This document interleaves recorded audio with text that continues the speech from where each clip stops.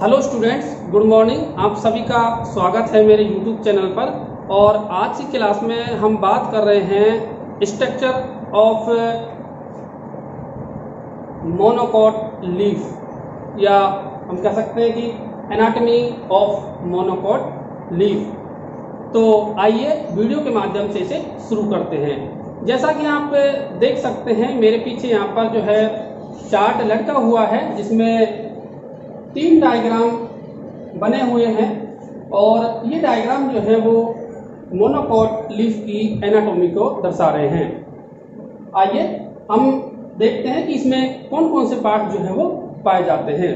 Monocot जो leaf है उसकी एनाटॉमी में या इंटरनल स्ट्रक्चर में हमें जो सबसे पहले जो पार्ट दिखाई देगा वो होता है एपिडर्मिस।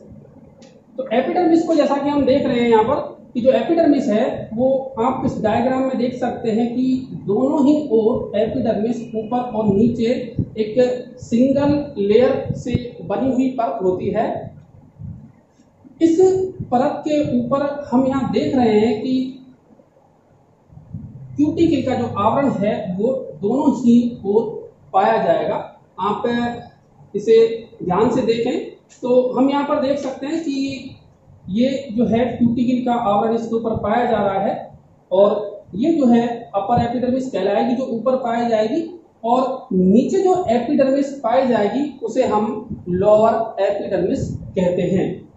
तो एपिडर्मिस जो है दोनों ही ऊपर और नीचे जो है पाई जाती है। साथ ही साथ हमें यहाँ पर जो एक महत्वपूर्ण चीज देखने को मिलेगी कि दोनों ही एपिडर्मिस, ऊपरी और निचली वाली जो एपिडर्मिस है, इन दोनों में ही स्टोमेटा या रंध्र जो है वो पाए जाते हैं।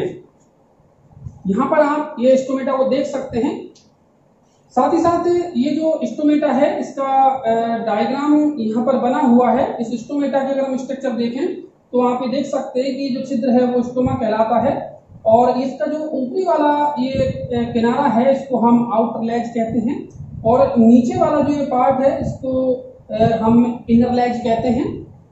ये स्टोमेटा जो होता है वो 2 गार्ड सेल्स की सहायता से घिरा हुआ होता है। 2 गार्ड सेल्स आपको यहाँ दिखाई दे रही है, ये पहले वाली और ये दूसरे वाली गार्ड सेल। इनको हम हिंदी में रक्षक कोशिकाएं भी कहते हैं। गार्ड सेल के जो पार्श्व में कोशिकाएं पाई जाती हैं इनको हम सब्सिडरी सेल्स या सहायक कोशिका कहते हैं, और ये इसके नीचे जो कैविटी है इसको हम रेस्पिरेटरी कैविटी कहते हैं। तो ये जो है स्ट्रक्चर हुई स्टोमेटा की। तो ये स्टोमेटा जो है वो दोनों ही एपिडर्मिस में, ऊपर वाली एपिडर्मिस और नीचे वाली एपिडर्मिस दोनों में ही पाए जाते हैं। ऊपर जो हमारे डायग्राम बना हुआ है वो डायग्राम लीनियर डायग्राम बना हुआ है, और हमें इस लीनियर डायग्राम में इसकी जो बाह्य रूपरेखा है वो दिखाई दे रही है। जैसा कि हम सभी जानते हैं कि जो एकबीजपत्री पर्ण होती है वो आइसोबायलैटरल लीफ भी होती है, अर्थात दोनों जो ऊपरी और निचली जो इसकी सतह होती है वो लगभग समान दिखाई देती हैं। इसलिए इस प्रकार की पर्णों को हम समद्विपार्श्व पर्ण या आइसोबायलैटरल लीफ भी कहते हैं। तो अब जब हमने बात कर ली है एपिडर्मिस की, तो एपिडर्मिस के बाद में जो दूसरा क्षेत्र आएगा वो आएगा मीजोफिल। मीजोफिल को बताने से पहले मैं यहाँ पर आपको एक जो है और महत्वपूर्ण लक्षण बता देता हूँ कि ये जो एपिडर्मिस है, इस एपिडर्मिस में आपको यहाँ पर जो कुछ मृदुता की कोशिकाएं जो हैं वो बड़े आकार की दिख रही हैं।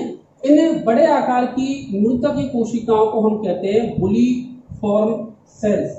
यह एक बीजपत्री जो पत्ती है उसकी खास बात होती है कि यहाँ पर जो है बुलीफॉर्म कोशिकाएं या मोटर कोशिकाएं पाई जाती हैं। इन कोशिकाओं का जो कार्य होता है वो वाष्पोत्सर्जन को नियंत्रित करने से संबंधित होता है, अर्थात ये वाष्पोत्सर्जन में एक तरीके से कह सकते हैं कि जो जल की मात्रा है उसको नियंत्रित करती है। तो ये जो है आपके मोटर सेल्स जो है हम देख सकते हैं कि मोटर सेल जो है इसमें बुलीफॉर्म सेल्स पाई जाएंगी, और यह जो बुलीफॉर्म सेल्स होंगी वो केवल ऊपरी जो अपनी एपिडर्मिस है केवल अपर एपिडर्मिस में ही पाई जाती हैं। लोअर एपिडर्मिस में बुलीफॉर्म कोशिकाएं जो है वो नहीं पाई जाती हैं। अब जैसा कि हम बात कर रहे थे कि हमारा जो दूसरा क्षेत्र है वो जैसा कि आपको दिखाई दे रहा है इसमें, ये जो पूरा पार्ट है इसको हम कहते हैं मीजोफिल। यह मीजोफिल जो क्षेत्र है वो ऊपरी बाह्य त्वचा या निचली जो बाह्य त्वचा या एपिडर्मिस है, इन दोनों के बीच में फैला हुआ क्षेत्र होता है। इस एपिडर्मिस की कोशिकाएं आपको चित्र में दिखाई दे रही हैं कि ये कोशिकाएं एंगुलर भी हो सकती हैं और गोलाकार समव्यासी कोशिकाएं भी हो सकती हैं। तो दोनों प्रकार की कोशिकाएं इसमें पाई जाती हैं। और यह जो क्षेत्र होगा वो मीजोफिल यहाँ पर द्विबीजपत्री पत्ती की तरह पैलिसेड और स्पंजी पैरेन्काइमा में विभेदित नहीं होता है। तो यहाँ पर हमें किसी भी प्रकार का जो है विभेदन देखने को नहीं मिलेगा मीजोफिल और स्पंजी पैरेन्काइमा में, वरन यह जो पूरा क्षेत्र है वो बना होता है समान मृदुतकीय कोशिकाओं से बना हुआ क्षेत्र होता है। और इन मृदुतकीय कोशिकाओं में पाया जाता है हरित लवक। यहाँ पर आप देख सकते हैं ये जो डॉट डॉट बने हुए हैं ये कोशिकाएं जो है वो हरित लवक की कोशिकाएं हैं। यह क्षेत्र जो है पत्ती का प्रकाश संश्लेषी क्षेत्र है, अर्थात जो फोटो रेस्पिरेशन की प्रक्रिया होती है उसमें ये क्षेत्र भाग लेता है। मीजोफिल पूरी पत्ती में जो है इस तरीके से आप देख सकते हैं कि बीच में जो है वो फैला रहता है। साथ ही साथ आपको यहाँ पर मीजोफिल में आप देख सकते हैं कि मीजोफिल जो ऊपर वाली लेयर मीजोफिल की है वहां उसके पास में आपको स्क्लेरेन्काइमा भी दिखाई दे रहा है। ये जो पोर्शन हमें यहाँ तक का दिख रहा है ये मिडरिप सेक्शन है और मिडरिप सेक्शन में यहाँ पर जो मध्यशिरा जाती है उसमें आप देख सकते हैं कि ऊपर जो है हमें स्क्लेरेन्काइमा भी देखने को मिल रहा है। और यह स्क्लेरेन्काइमा जो है वो पाया जाएगा अपर एपिडर्मिस के नीचे। तो साथ ही साथ यहाँ लोअर एपिडर्मिस में भी जो है स्क्लेरेन्काइमा देखिए आप इसके नीचे दिखाई दे रहा है। और ये जो कोशिकाएं हैं ये पूरी जो कोशिकाएं हैं वो है पैरेन्काइमा कोशिकाएं। तो इस तरीके से ये जो मीजोफिल है वो इसे पूरी पत्ती की जो एक तरीके से कह सकते हैं हम बीच में दोनों एपिडर्मिस के बीच में फैला हुआ क्षेत्र होता है। अब हम बात कर लेते हैं हमारा जो तीसरा जो महत्वपूर्ण भाग है इस पत्ती की संरचना में वो है वस्कुलर बंडल्स या संवहन फूल। आप देख सकते हैं कि डायग्राम में जो वस्कुलर बंडल्स हैं वो पूरी पत्ती में फैले हुए दिखाई दे रहे हैं। इस तरीके से ये फैले हुए पाए जाते हैं वस्कुलर बंडल्स। और यहाँ पर इस डायग्राम में देखने से हमें पता चल रहा है कि जहाँ जहाँ पर इसकी सिराएं हैं वहां पर जो है बड़े वस्कुलर बंडल पाए जा रहे हैं और उनके बीच में जो है छोटे बंडल पाए जाते हैं। इस प्रकार हम कह सकते हैं कि इसमें बड़े और छोटे दोनों ही प्रकार के वस्कुलर बंडल्स जो हैं वो हमें देखने को मिलते हैं। ये दोनों प्रकार के वस्कुलर बंडल जो एक तरीके से कह सकते हैं कि अनियमित क्रम में यहाँ पर पाए जाएंगे। आप यहाँ इस सेलुलर डायग्राम में देख सकते हैं कि ये जो है वस्कुलर बंडल वो बड़े वाले हैं, ये छोटे वाला है, ये भी छोटे वाला है और ये भी वस्कुलर बंडल जो है वो बड़े वाला है। तो इस तरीके से जो है बड़े और छोटे वस्कुलर बंडल जो है वो मुख्यतः निचली अधिचरण की ओर बिखरे हुए रहते हैं। अब बात करते हैं उनकी वस्कुलर बंडल का जो एक तरीके से कह सकते हैं कि क्या विशेषता है वस्कुलर बंडल्स की। यहाँ पर सबसे पहले तो हम ये देखते हैं कि यहाँ पर जो वस्कुलर बंडल मिलेंगे वो कंजॉइंट होंगे, कोलेक्ट्रल होंगे और साथ ही साथ क्लोज होंगे। क्लोज के मायने ये है कि यहाँ पर वस्कुलर बंडल जो मिलेंगे उसमें कैम्बियम का अभाव पाया जाता है, अर्थात यहाँ पर हमें जो है कैम्बियम देखने को नहीं मिलेगी। जैसा कि यहाँ पर एक ये डायग्राम बना हुआ है, इस डायग्राम में आप देख सकते हैं एक वस्कुलर बंडल को दिखाया गया है। इस वस्कुलर बंडल्स में अगर हम देखें तो आप सबसे पहले देखिए कि इस वस्कुलर बंडल्स के चारों तरफ एक पैरेन्काइमा कोशिकाओं से बनी हुई बंडल शीट पाई जाती है। जैसा कि आप देख पा रहे हैं ये जो ग्रीन कलर की कोशिकाएं आपको इस डायग्राम में दिखाई दे रही हैं, ये जो कोशिकाओं की जो लेयर दिखाई दे रही है इस लेयर को हम कहते हैं बंडल शीट। और यह बंडल शीट या पूलाच्छद बनी हुई होती है पैरेन्काइमा कोशिकाओं की।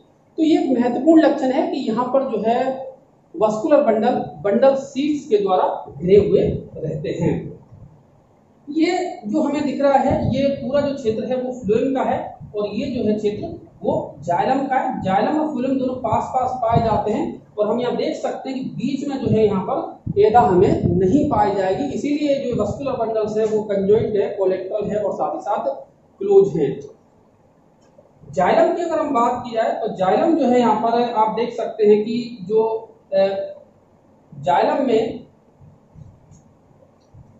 जो मिलेगा वो मिलेगा अंदर की दिशा की ओर, अर्थात हम कह सकते हैं कि अपर एपिडर्मिस की ओर जो है वो जाइलम पाया जाता है और फ्लोएम जो पाया जाएगा वो पाया जाएगा लोअर एपिडर्मिस की ओर। साथ ही साथ जाइलम में हम यहाँ देख सकते हैं कि ये जो हमें बड़ी सी कैविटी दिखाई दे रही है इसको हम प्रोटोजाइलम कैविटी कहते हैं। ये एक लाइसोजिनस कैविटी भी है ये, या इसको फिर हम वाटर कैविटी भी कहते हैं, क्योंकि जो है प्रोटोजाइलम की कोशिकाएं इसका निर्माण करती हैं और साथ ही साथ इसको हम प्रोटोजाइलम कैविटी भी कहते हैं। तो यहाँ पर हमें जो है वो प्रोटोजाइलम कह सकते हैं कि मीजोफिल की ओर दिखाई दे रहा है, और ये आप जो फ्लोएम की ओर नीचे की ओर जो देख रहे हैं वो है मेटाजाइलम। तो प्रोटोजाइलम और उसके नीचे ये हमें जो है वो मेटाजाइलम दिखाई दे रहा है। ये प्रोटोजाइलम की कैविटी दिखाई दे रही है, जो बड़ी सी आप यहाँ देख पा रहे हैं वो प्रोटोजाइलम कैविटी है। ये प्रोटोजाइलम की जो है वेसल्स हैं, ये मेटाजाइलम की जो है हमें बड़ी वाली वेसल्स जो दिखाई दे रही हैं वो मेटाजाइलम है। यहाँ पर जो मेटाजाइलम है वो दो बड़ी वेसल्स से बना हुआ हमें दिखाई देगा, जैसा कि आप देख सकते हैं कि जो गोल हमें पार्ट दिखाई दे रहा है ये है मेटाजाइलम वेसल्स। तो ये तो बात हो गई प्रोटोजाइलम और मेटाजाइलम की। साथ ही साथ यहाँ पर आपको कुछ ग्रीन कोशिकाएं भी दिखाई दे रही हैं जो कि है जाइलम पेरेन्काइमा। तो हम कह सकते हैं कि यहाँ पर जो जाइलम है वो बना हुआ होता है ट्रैकिड्स ऑफ वेसल्स और साथ ही साथ जाइलम पेरेन्काइमा से। फ्लोएम की बात करें तो फ्लोएम में आप यहाँ देख सकते हैं कि फ्लोएम जो है ये ग्रीन वाली जो कोशिकाएं दिखाई दे रही हैं आपको, ये फ्लोएम की है, और ये जो है वो शीट ट्यूब्स हैं या चांदली नलिकाएं दिखाई दे रही हैं, और इसके साथ में ये जो छोटी कोशिकाएं हैं इनको हम कहते हैं कंपेनियन सेल्स या सहचर कोशिकाएं, सहायक कोशिकाएं। ये कंपेनियन सेल्स से जो है वो दिखाई दे रही है, और साथ ही साथ हमें यहाँ पर लोअर एपिडर्मिस के नीचे दिखाई दे रहा है स्क्लेरल काइमा, और ये भी जो बीच बीच में जो कोशिकाएं दिखाई दे रही हैं वो है पूरा स्क्लेरल काइमा। कहने का मतलब ये है कि पेरेन्काइमा की जो बंडल सीट है उसके नीचे से लेकर और एपिडर्मिस तक स्क्लेरल काइमा की जो कोशिकाएं हैं वो जाइलम और फ्लोएम को घेरे रहती हैं। यहाँ पर हमें जो ये पिंक कलर में जो कोशिकाएं दिखाई दे रही हैं, ये जो कोशिकाएं बीच बीच में आप देख पा रहे हैं वो स्क्लेरल काइमा की हैं, और ये देखिए आप इस स्क्लेरल काइमा के नीचे जो है वो लोअर एपिडर्मिस है और इसके नीचे जो है वो लोअर क्यूटिकल पाई जाती है। तो इस तरीके से ये बात हमने करी वस्कुलर बंडल्स की, और वस्कुलर बंडल्स में हमने देखा कि यहाँ पर दोनों ही प्रकार के वस्कुलर बंडल जो हैं वो दिखाई हमें दे रहे हैं। कुछ वस्कुलर बंडल्स यहाँ छोटे हैं और कुछ वस्कुलर बंडल जो है यहाँ पर वो बड़े हैं। तो स्टूडेंट्स, इस मोनोकॉट की लीफ यहाँ पर जो कि हमने लिया था जियामेज या मक्का की पत्ती, इसकी एनाटॉमी या इंटरनल स्ट्रक्चर को आप बेहद आसानी से समझा सकते हैं। अब हम चर्चा कर लेते हैं इसके कुछ विशिष्ट लक्षणों की, या कह सकते हैं कि आइडेंटिफिकेशन, जो कैरेक्टर्स हैं हमें पहचान के जो लक्षण है इसके, किसके आधार पर हम इसको पहचान सकते हैं, तो उनकी कुछ बात कर लेते हैं। जैसा कि हमने देखा कि दोनों ही जो एपिडर्मिस हैं वो दोनों ही के ऊपर जो है क्यूटिकल पाई जाती है। साथ ही साथ हमने जो दूसरा महत्वपूर्ण कैरेक्टर यहाँ पर देखा वो था कि बुलिफॉर्म कोशिकाएं यहाँ पर या मोटर सेल्स जो है वो पाई जाती हैं, ये भी इंपॉर्टेंट कैरेक्टर है। और तीसरा और महत्वपूर्ण लक्षण हमने यहाँ पर देखा था कि यहाँ जो हमें मीजोफिल दिखाई देगा उसका विभेदन पैलिसेड और स्पंजी पेरेन्काइमा में नहीं होता है। कह सकते हैं कि यहाँ पर जो पर्ण मध्योतक होगा वो विभक्त नहीं होता है खम्भ मृदुतक और साथ ही साथ स्पंजी मृदुतक में। तो यहाँ पर जो है ये एक ही प्रकार की समान कोशिकाओं से बना हुआ क्षेत्र होता है। और तीसरा जो महत्वपूर्ण लक्षण था वो हमने बात की थी यहाँ पर वस्कुलर बंडल्स की। ये जो वस्कुलर बंडल्स हैं वो घिरे हुए रहते हैं पैरेन्काइमेटस बंडल शीट के द्वारा, और साथ ही साथ जो जाइलम और फ्लोएम तत्व हैं वो घिरे रहते हैं स्क्लेरेन्काइमा कोशिकाओं के द्वारा। तो ये जो है वो कुछ खास लक्षण थे जो हमने यहाँ पर देखे थे। और साथ ही साथ में जो है यहाँ पर एक फैक्टर बताना भूल गया था आपको कि यहाँ पर हमें दोनों ही अर्थात ऊपर और निचली एपिडर्मिस में अर्थात अपर और लोअर एपिडर्मिस में रंध्र जो है यहाँ पर उपस्थित होते हैं। तो ये थे इस पत्ती के जो है वो इम्पोर्टेंट कैरेक्टर्स या कह सकते हैं कि विविधक लक्षण, जिसके आधार पर हम इसे एक बीजपत्री पत्ती को पहचान सकते हैं।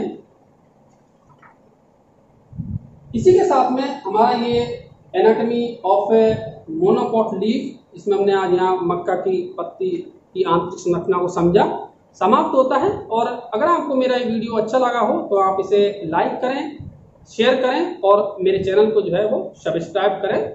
Thank you.